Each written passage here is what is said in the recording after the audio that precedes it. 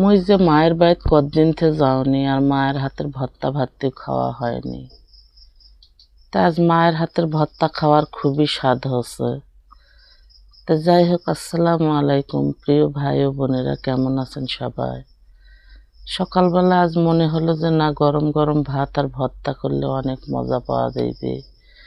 মা তো দেখছেন আগে ইনকে করে ভাতত আলু বাগুন ভর্তা দিয়ে ইনকে করে ঝাল হালকা হালকা আছে মশমশা করে ভাজে নিয়ে সেই ঝালগুলো হাতর ডলে ভর্তা করছিল। আর সেই হাতর ডলে ভর্তাগুলো যে এতই স্বাদ। তো অনেকদিন থেকে মার বাড়ি যাওয়া হয়নি, খাওয়াও হয় না। তো যেহেতু মাও গায়ের গোদ নেই, নিজেই তো করে খাওয়া লাগবে।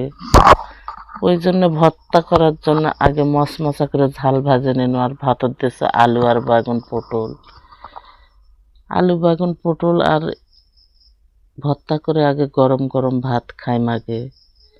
এই ভর্তার স্বাদ দ্বিগুণ হয়ে যায় মা করলে। তো যাই হোক, অনেক দিন থেকে মায়ের বাড়ি যাওয়া হয়নি। আজ বড় ভাই হঠাৎ করে ফোন দিয়ে কয় আয়। এক রাতের মনে আয়, কারণ অনেক দিন থেকে কাকুই ডাকা হয়নি। আর ভাইয়েরা থাকে মোরে অপেক্ষায়, কারণ যতক্ষণ মই যাও না ততক্ষণ আর দুই বোনকে ডাকায় না। মুই আনা দূরত আছো, এই জন্য মোর আদরটাও আনা বেশি। আর মই তো ঘন ঘন এখন যাবা পারো না, সংসারের চাপ হয়ে গেছে। তো যেহেতু অনেকদিন তো যাওনি, কুরবানি বার হয়ে গেল তাও যাওয়া হয়নি। তো ভাবছো একটা দিন যায় বেড়ে আসবে নাকি। বড় ভাই এতবার করে করলো, কুরবানির পরেও ফোন করছিল ভাই ভাতিজা, তারপরেও যাওয়া হয়নি।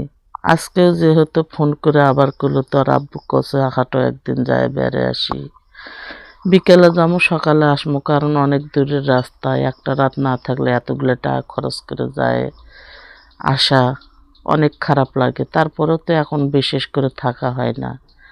আর থাকলে তো মজার মজার রান্না বান্না করে ভাই ভাউজ মাও সবাই মিলে। ভাউজে ঘরে হাতে রান্নাও খুব ভালো, কিন্তু মায়ের হাতে রান্নার স্বাদ তো আলাদা। তো যাই হোক, ভাগ্যে আছে কোন দিন বা সেদিনে যাওয়া হইবে, খাওয়া হইবে। মা বাপের বাড়ি না যায় না যায় আর যাবায় মনে হয় না। এখন আর ভালো লাগে না, আগে তো ওটাই বেশি আসে। অনেক দিন থেকে যাই নেই। তো যাই হোক, কোন দিন যাবো অবশ্যই জানাবো, ভিডিও দেখাবো। এই অপেক্ষায় থাকো, ভালো থাকো সবাই, সুস্থ থাকো। আল্লাহ হাফেজ।